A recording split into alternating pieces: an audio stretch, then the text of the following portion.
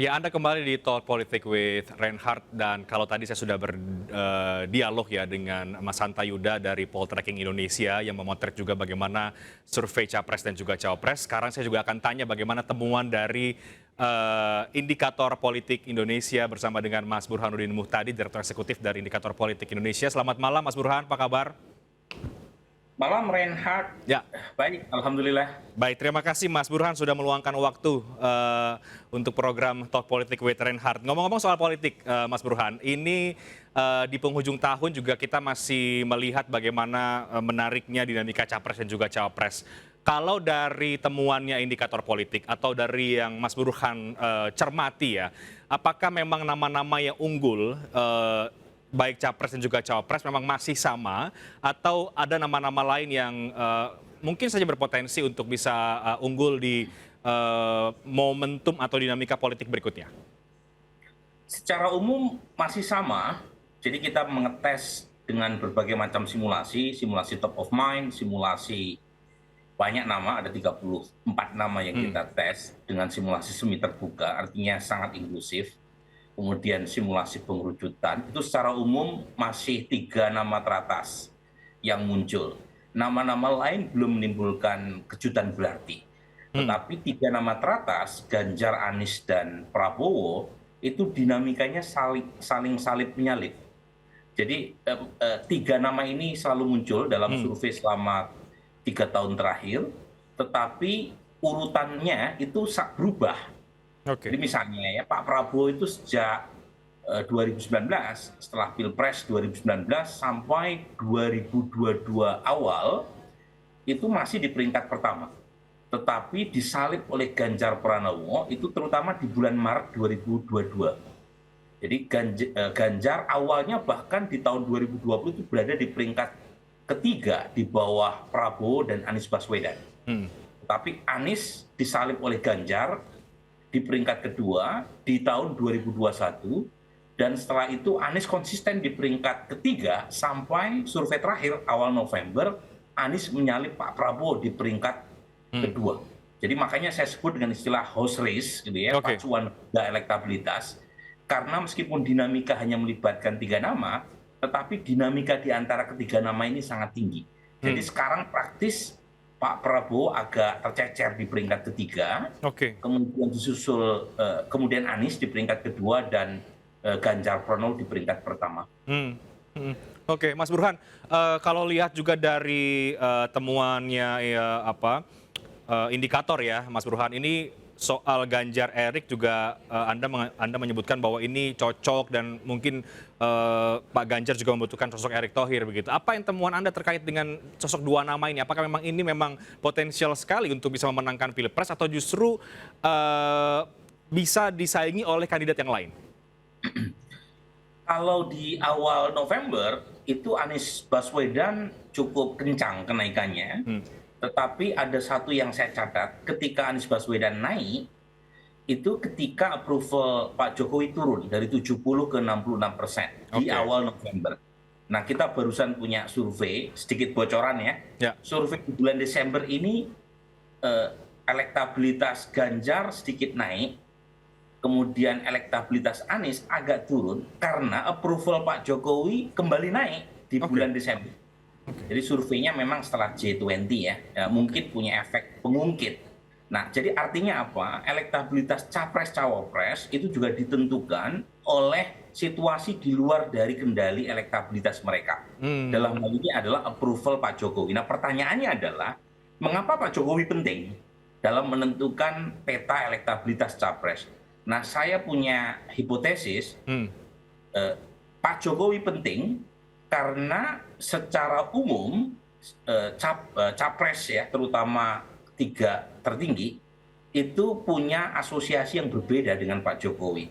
Misalnya Pak Ganjar itu kan dianggap sebagai little Jokowi ya, termasuk juga Erick Thohir tentu saja karena beliau adalah orang dekat Pak Jokowi. Tetapi kalau kita bicara Anies, bahkan politisi Nasdem sendiri menyebutnya sebagai antitesa dari Pak Jokowi. Ya. Jadi ketika approval Pak Jokowi turun, itu yang paling mendapatkan keuntungan adalah Anies Baswedan. Tetapi yang menarik adalah Pak Prabowo. Pak Prabowo ini basis pendukungnya sebelum bergabung dengan pemerintah itu adalah mereka yang sangat kritis terhadap pemerintahan Pak Jokowi. Tapi setelah masuk ke pemerintahan Pak Jokowi, mereka yang anti Pak Jokowi itu switch ke Anies, sementara mereka yang masih loyal kepada Pak Prabowo itu adalah mereka yang bisa menerima eksperimen politik Gerindra untuk masuk ke dalam pemerintahan. Artinya, ketika akhirnya Pak Jokowi sering melakukan endorsement ke Pak Prabowo, sebagian pendukung Pak Jokowi sendiri itu juga mulai melirik Pak Prabowo. Oke. Jadi ini yang saya sebut efek Pak Jokowi ini juga punya daya ungkit baik secara positif terutama buat Ganjar atau buat Prabowo, tapi juga punya efek negatif buat Anies. Tetapi Anies bisa mendapatkan keuntungan jika kepuasan publik terhadap Pak Jokowi menurun. Oke, jadi Pak Jokowi harus pintar-pintar juga mempertahankan approval ya, Mas Burhan, kalau memang mau betul-betul jadi kingmaker di tahun 2024. Artinya, Mas Burhan, calon mana yang kemudian bisa mendapatkan insentif elektoral dari presiden dengan approval yang tinggi itu? Apakah itu ke Pak Prabowo atau justru lebih besar ke Pak Ganjar? Kalau per hari ini itu masih lebih banyak mereka yang puas terhadap kinerja Pak Jokowi yang kemudian menjatuhkan pilihannya ke Ganjar Pranowo. Tetapi belakangan itu mulai banyak juga pendukung Pak Jokowi yang melirik Pak Prabowo sebagai terminal elektoral pilihan mereka. Jadi artinya meskipun Pak Prabowo harus ya membayar cukup mahal bergabung dengan pemerintah, terbukti dari sebagian basisnya yang lari ke Anies Baswedan, tetapi beliau juga mendapatkan insentif politiknya, terutama dari pendukung Pak Jokowi yang masih memilih atau mempertimbangkan Prabowo sebagai opsi elektoral. Nah, yang menarik adalah nanti ke depan ini kan perebutan di antara Jokowi Lane ya. Ya. Jadi Jokowi Lane ini kan selama ini hanya dinikmati oleh Pak Ganjar, tapi belakangan Ganjar Pranowo tidak bisa memonopoli seluruhnya. Nah, sementara mereka yang memilih Pak Prabowo itu terbagi ke banyak calon, Pak Prabowo sendiri, kemudian Anies Baswedan, kemudian ada yang masih melirik Sandiaga Uno, kemudian Ridwan Kamil. Jadi ibarat kolam ikan yang ada di sebelah kanan, mereka yang pernah memilih Pak Prabowo ini relatif terbagi ke banyak calon. Sementara mereka yang memilih Pak Jokowi sebelumnya itu hanya dimonopoli oleh seorang Ganjar Pranowo. Nah, sekarang punya opsi lain namanya Prabowo. Meskipun lagi-lagi Pak Prabowo masih tercecer di peringkat ketiga, terutama sejak awal November 2022. Oke, Mas, dengan realitas politik seperti yang tadi Mas Burhan sudah sampaikan, apakah ini secara tidak langsung menguntungkan Anies misalnya atau justru sebaliknya? Kalau misalnya approval Pak Jokowi masih di atas 70%, seperti yang kita potret di bulan Desember, maka yang paling diuntungkan adalah Ganjar Pranowo dan Prabowo Subianto. Tetapi kalau approval Pak Jokowi drop ke angka 60-an%, bahkan di bawah 60%, maka yang paling merayakan runtuhnya atau turunnya approval rating Pak Jokowi adalah Anies Baswedan. Jadi saya ngetres dari data kami di jelang 2014, pada saat itu kan kita punya survei yang kita lakukan secara reguler jelang masa pemerintahan Pak SBY berakhir. Nah, menariknya 2 tahun jelang 2014 itu approval Pak SBY itu di kisaran 50-an%. Drop dibanding awal ketika beliau terpilih di putaran kedua.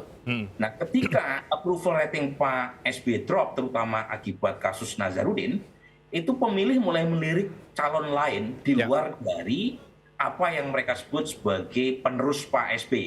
Karena Pak SBY nggak bisa maju lagi di 2014, tetapi mereka yang punya citra atau image yang kontras dengan Pak SBY itu yang dilirik, dan orang itu adalah Pak Jokowi.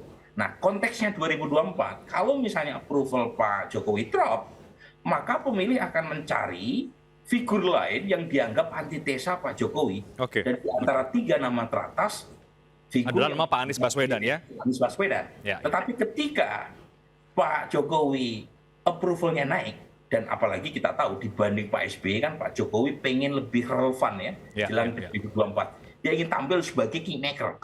Nah, kalau misalnya itu terjadi dan beliau masih cukup antusias untuk mengelilingi Indonesia, mengeluarkan banyak kebijakan populis, dan approval ratingnya terjaga di atas 70%, nah itu kabar buruk buat Anies Baswedan.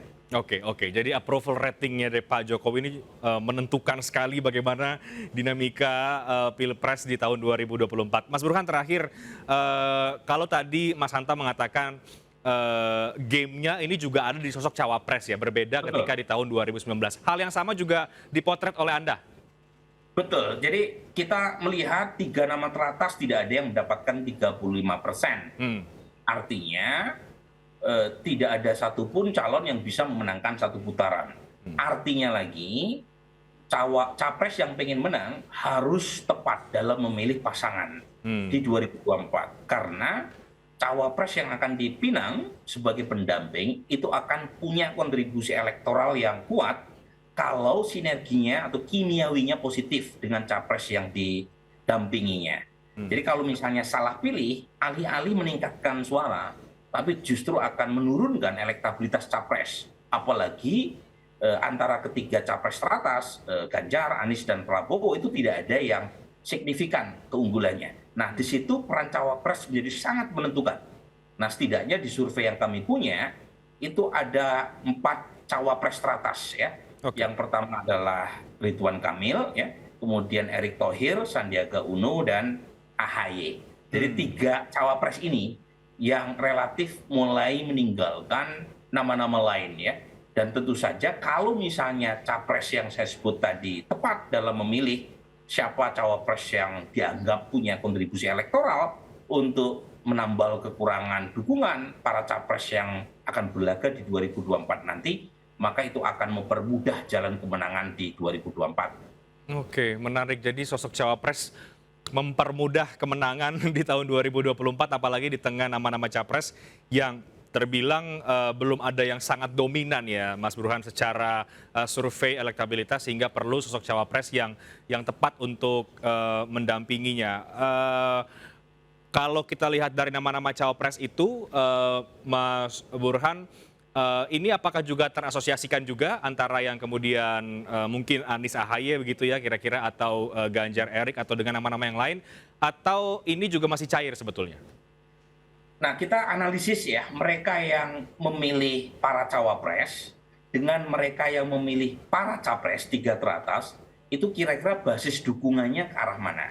Nah, itu ada konsistensi, basis pendukung Anies itu cenderung memilih cawapres seperti AHY dan Ridwan Kamil.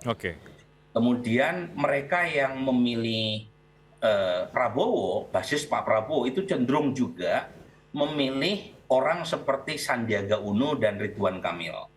Sementara basis Ganjar itu cenderung memilih Erick Thohir dan Ridwan Kamil.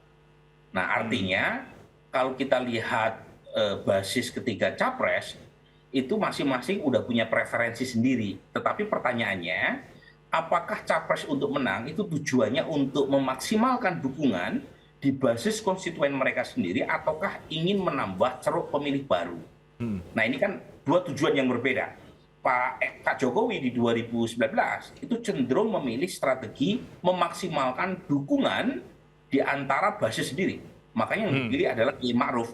Jadi dukungan NU diperkuat, dukungan etnik Jawa dan mereka yang berasal dari kelompok Islam tradisional yang diperkuat. Tetapi tidak terlalu mementingkan mereka yang dianggap sulit untuk didekati. Nah, kalau misalnya itu alasannya, maka orang seperti Anies ya cenderung memilih misalnya orang seperti Sandiaga Uno, atau orang seperti AHY, atau Pak Prabowo cenderung memilih capres seperti Ridwan Kamil karena basisnya overlap, tinggal memaksimalkan dukungan di basis pendukung sendiri. Nah, orang seperti Ganjar itu bisa memilih Erick Thohir karena Pak Erick Thohir ini kan satu sisi memperkuat basis dukungan terutama di kalangan segmen pemilih NU. Karena kita tahu Pak Ganjar kan belum maksimal mendapatkan dukungan di kelompok NU. Sementara Erick Thohir adalah figur, satu, dia adalah anggota kehormatan di Banser, salah satu ormas organisasi sayap NU, yang kedua juga aktif dalam keorganisasian NU. Tetapi Erick Thohir punya kelebihan di luar dari basis NU dan non-Muslim yang bisa dibidik oleh Ganjar, yaitu dia juga cukup kuat di kelompok anak muda. Nah, Pak Jokowi ini kan kurang dukungan di kelompok anak muda dan mereka yang berpendapatan 5 atau 4 juta ke atas. Jadi Erick Thohir ini juga punya potensi untuk menambah pendukung terutama di luar dari segmen tradisional supporter Pak Jokowi. Jadi kalau misalnya dipinang oleh Ganjar Pranowo, Erick Thohir bisa punya potensi untuk menambah dukungan pada 2 jalur. Jalur pertama adalah jalur tradisional pendukung Ganjar dan Pak Jokowi. Jalur kedua adalah mereka yang selama ini tidak terlalu mendukung Pak Jokowi, tetapi melirik Erick Thohir. Satu dari sisi pendapatan, ya mereka yang pendapatannya menengah atas. Yang kedua adalah dari sisi usia, generasi muda usia 17 sampai 30 tahun, itu pendukung Pak Erick Thohir relatif kuat di situ. Jadi lagi-lagi tergantung tujuan para capres, memaksimalkan basis konstituen sendiri, pendukung sendiri, ataukah pengen reach out pemilih baru, atau pengen dua-duanya. Nah, kalau pengen dua-duanya, memang sosok Erick Thohir relatif punya potensi elektoral untuk menampilkan 2 jalur tadi.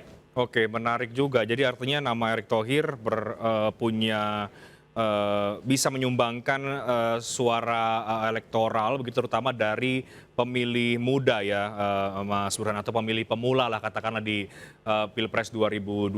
Terakhir Mas Burhan, dari nama-nama yang sudah muncul ini ya, baik capres dan juga cawapres, di luar adanya nanti mungkin tsunami politik begitu ya, atau rezim parpol ya, rezim tiket begitu, rezim elit. Apakah mungkin ada yang berubah lagi, Mas Burhan, kalau kita bicara di tahun 2023 ke depan, atau nama-nama ini memang sudah hampir pasti? Begini, menaikkan popularitas dan elektabilitas itu tidak semudah membalikkan telapak tangan.